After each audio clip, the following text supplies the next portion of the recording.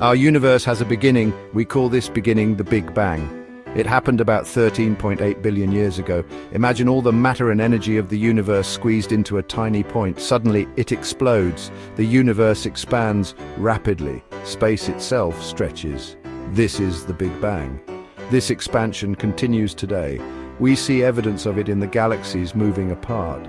The universe is not just expanding, it's also cooling. As it expands, the heat from the Big Bang spreads out. The Big Bang is a mind-blowing concept. Think about it. Everything we see around us, the stars, the planets, even ourselves, came from that single event. It's the ultimate origin story. In the first fraction of a second after the Big Bang, the universe was incredibly hot and dense. It was a chaotic soup of energy and particles, but as the universe expanded, it began to cool.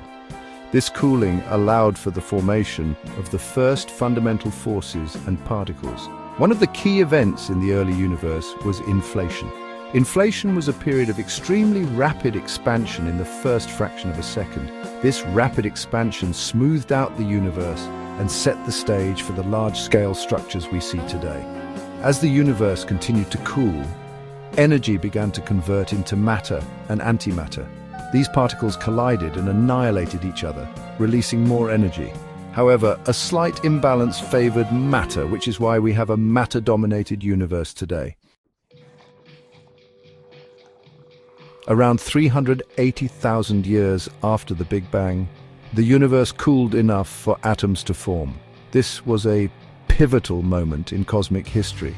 Before this, the universe was opaque, like a thick fog. Free electrons scattered light, preventing it from traveling freely. With the formation of atoms, the universe became transparent. Light could finally travel unimpeded across vast distances. This first light, released when the universe was about 3,000 degrees Celsius, is still detectable today. We call this ancient light the cosmic microwave background radiation, or CMB. It's a faint afterglow of the Big Bang, a baby picture of the universe. The CMB provides us with a wealth of information about the early universe and its evolution. After the formation of atoms, the universe entered a period known as the Dark Ages. It was dark because there were no stars yet, only a vast expanse of mostly hydrogen and helium gas. But gravity was at work, pulling matter together. Over millions of years, gravity caused these gas clouds to collapse under their own weight. As the clouds collapsed, they heated up. Eventually, the cores of these clouds became so hot and dense that nuclear fusion ignited. The first stars were born. These first stars were very different from the stars we see today. They were much more massive and short-lived. They burned brightly for a few million years before exploding as supernovae. These supernovae enriched the early universe with heavier elements. Section 5. Galaxies and the Cosmic Recipe. The first stars didn't form in isolation. They formed in groups held together by gravity. Over time, these groups of stars grew larger and more massive, eventually evolving into the galaxies we see today. Galaxies are vast collections of stars, gas, dust, and dark matter. They come in a variety of shapes and sizes, from spiral galaxies like our own Milky Way to elliptical galaxies and irregular galaxies. The early universe was a busy place for galaxy formation.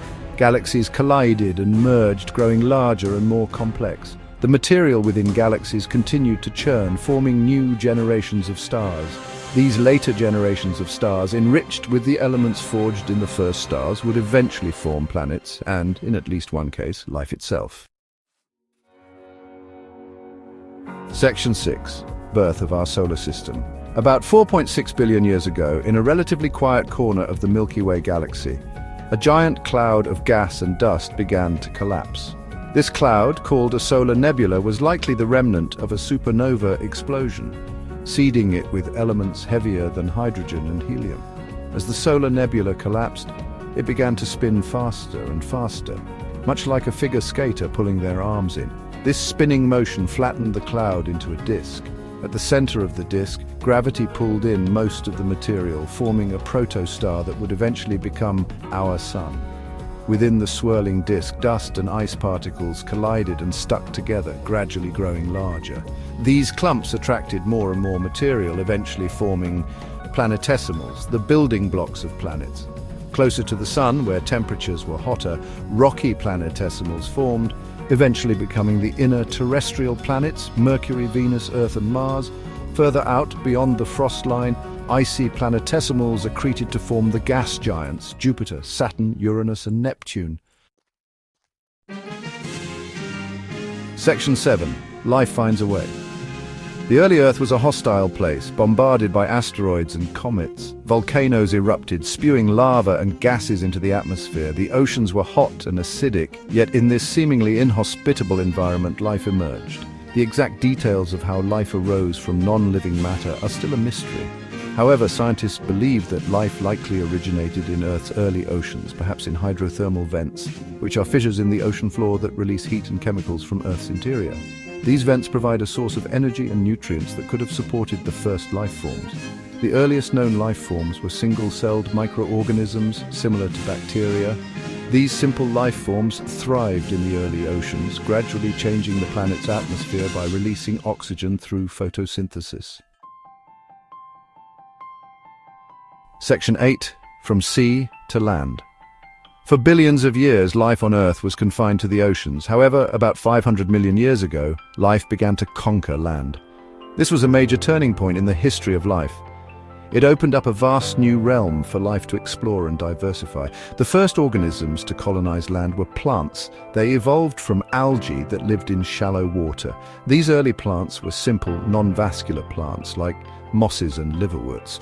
They lacked the specialized tissues for transporting water and nutrients, so they had to stay small and close to the ground. Later, vascular plants evolved. These plants had specialized tissues called xylem and phloem that allowed them to transport water and nutrients more efficiently. This allowed them to grow taller and spread further inland. The evolution of vascular plants transformed the Earth's landscape, creating habitats for other organisms to follow. Section 9. The Reign of Reptiles and their fall. The Mesozoic era, spanning from about 252 to 66 million years ago, is often called the Age of Reptiles.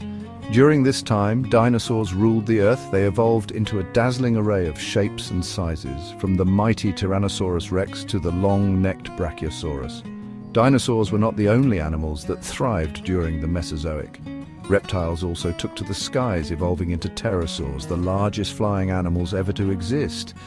In the oceans, ichthyosaurs and plesiosaurs, marine reptiles that evolved from land-dwelling ancestors, patrolled the seas. However, the reign of the dinosaurs came to a dramatic end about 66 million years ago when a massive asteroid about 6 miles wide slammed into the Yucatan Peninsula in what is now Mexico.